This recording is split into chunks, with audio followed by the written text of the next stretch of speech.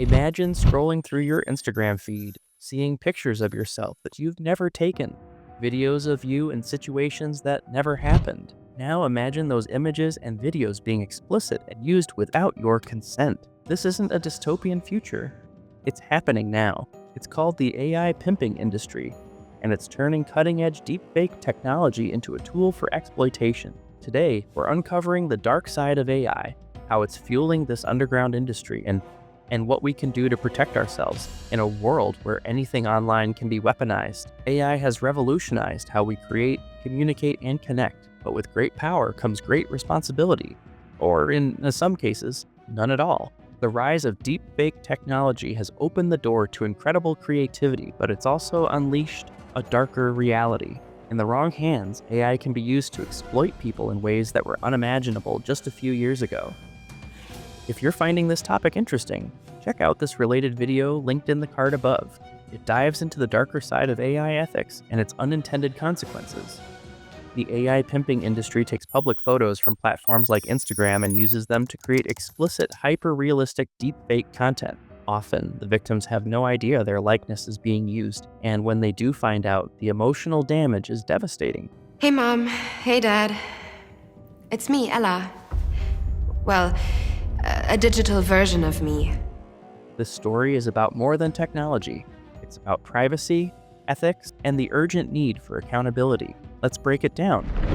How the AI pimping industry works. Here's how this underground exploitation operates. It starts with social media platforms like Instagram, where people share their lives in pictures and videos. Predators scrape this public content, gathering images of unsuspecting individuals, often women, to feed into AI models capable of generating deepfakes. These AI tools, which were initially developed for entertainment and creative projects, have become disturbingly accessible. Anyone with a decent computer and some technical know-how can create hyper-realistic deepfake content. Fake explicit images or videos that look eerily real and are used to harass, extort, or profit from the victim's likeness. Once created, these deepfakes are distributed on dark web marketplaces, private forums, or even sold to the highest bidder. In some cases, they're used for blackmail, threatening victims with public exposure unless they pay up. What makes this even more insidious is that the victims often don't know this content exists until it's too late. The impact on victims. Now, let's put ourselves in the shoes of the people targeted by this industry. Imagine discovering that your face has been used in explicit content shared online. You didn't consent to it. You didn't even know it existed. The psychological toll is immense: fear, humiliation, and helplessness. Victims often feel like their privacy has been permanently violated. Even if the deepfake content is removed, the damage is already done. The internet never forgets, and the fear of the content resurfacing can haunt victims for years. What's even more chilling is how hard it is to fight back. In many cases, there's no clear legal pathway for justice. Laws haven't caught up with the technology, leaving victims with little recourse. And the emotional damage, that's something no amount of legislation can undo. Why is this happening? The rise of the AI pimping industry isn't just about technology, it's about a failure of ethics, accountability, and oversight. Deepfake tools are becoming more advanced and accessible, but the safeguards to prevent misuse haven't kept pace. Think about it. Anyone can download software capable of generating realistic deepfakes. The tools themselves aren't inherently bad. They can be used for entertainment, art, or education. But without ethical guidelines or built-in protections, they've become weapons in the wrong hands. Then there's the role of social media platforms. Instagram and others have made it easier than ever to share our lives online, but they've done little to protect users from having their content misused. Predators can scrape public profiles with ease, and platforms often lack the tools to detect or remove deepfake content effectively. The need for change. So how do we stop this? It starts with stronger safeguards in AI development. Developers must take responsibility for how their tools are used. That means building systems that can detect when deepfake technology is being misused and shutting it down before harm is done. Social media platforms also need to step up. They have a duty to protect their users from exploitation. This includes better tools for reporting and removing harmful content, as well as stricter policies against the scraping of public profiles. And then there's legislation.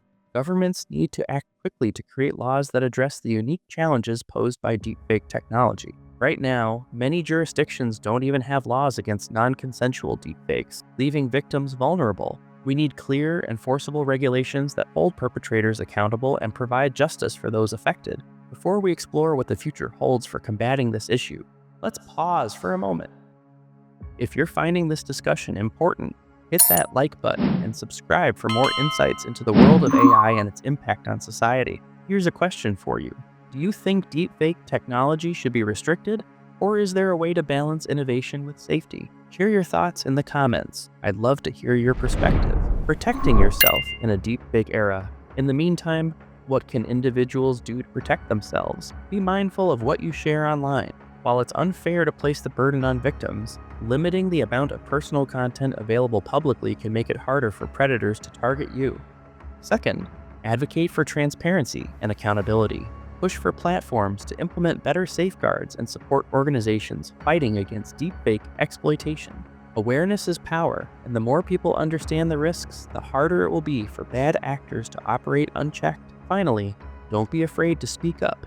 If you suspect someone has created or shared deepfake content of you or someone you know, report it immediately. While the tools to combat this are still evolving, taking action is the first step toward holding perpetrators accountable. The bigger picture, balancing innovation and ethics, deepfake technology isn't inherently evil. It has incredible potential for good. Whether it's helping filmmakers create stunning visuals, aiding educators in explaining complex topics, or even preserving history through digital reconstructions. But like any powerful tool, it can be used for harm if not handled responsibly. The challenge is finding the balance between innovation and ethics. How do we encourage creativity and progress while protecting people from exploitation?